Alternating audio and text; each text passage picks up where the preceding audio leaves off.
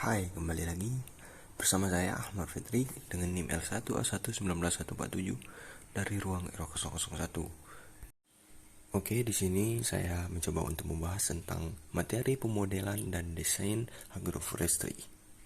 Baik, langsung saja ke pembahasannya.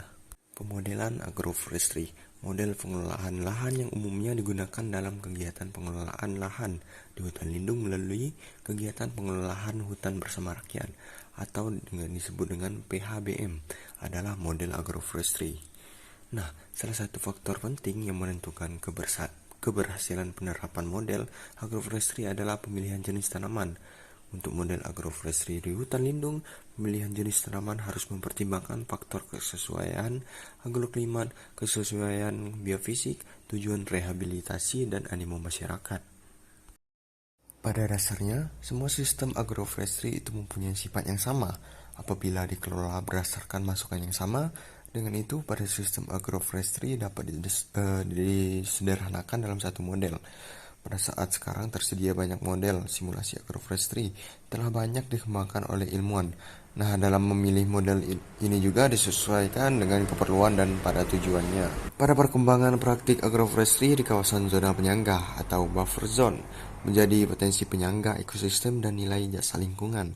Karakteristik model agroforestry lanskap yang berkembang beserta silvikultur, pengelolaannya sangat penting untuk menjamin kelestarian, fungsi ekologis dan ekonomis kawasan penyangga hutan konservasi.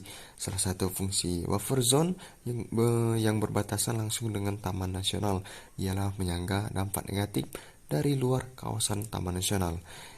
Isu karakteristik model agroforestry skala lanskap membentuk efek area dan kepadatan ekologi serta perilaku perubahan tutupan lahan, struktur vegetasi dan biodiversitas lanskap.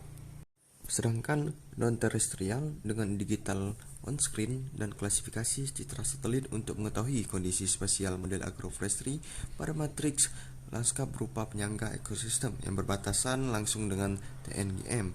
Model agroforestry dianalisis secara deskriptif, kualitatif dengan pendekatan NDVI, dan phase analysis diikuti scoring deskripsi model optimum berbasis ekologis dan ekonomis.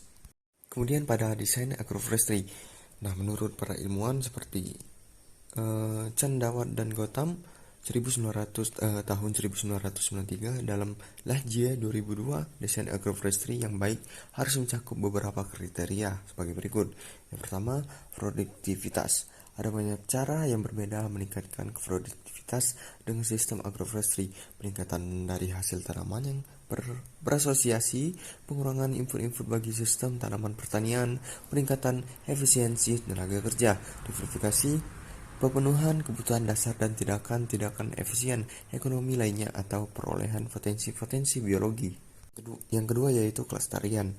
Dengan usaha meningkatkan kelestarian sistem produksi agroforestry dapat mencapai tujuan konservasi serta secara langsung memotivasi petani-petani berpendapatan rendah yang tidak tertarik dengan tujuan konservasi.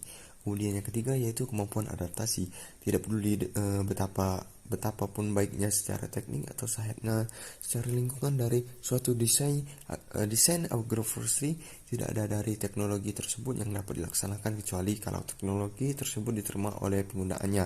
Hal ini berarti bahwa teknologi harus sesuai dengan keadaan sosial serta karakteristik lingkungan pemanfaatan lahan yang menjadi tujuan desain. Kemudian desain agroforestry menurut Sendawat dan Gautam sebagai berikut.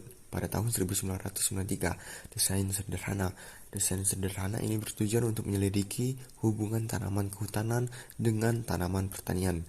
Ada dua tipe dari desain ini, yaitu desain barisan sejajar antar pohon dan tanaman pertanian dan barisan terpusat tanaman pertanian mengelilingi sebuah pohon. Yang kedua yaitu desain sistematis.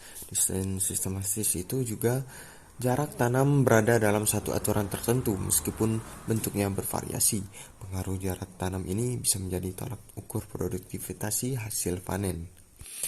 Terdapat tiga desain sistematis, yaitu yang pertama, desain sistematis sederhana, baling-baling dan fan, baris sejajar dengan lapangan semakin rapat ke atas. Kemudian yang ketiga yaitu desain khusus. Desain khusus itu seperti desain agroforestry yang tidak biasa digunakan dalam percobaan pertanian dan kehutanan. Pada hakikatnya, setiap ahli agroforestry dengan ilmu dan kepandaiannya bisa merancang berbagai desain baru dengan tujuan mempelajari interaksi antar tanaman, penyusunan sistem agroforestry lebih detail. Desain khusus dibagi menjadi tiga bagian, yaitu yang pertama desain tetangga terdekat, kedua desain sarang lebah, dan desain Y.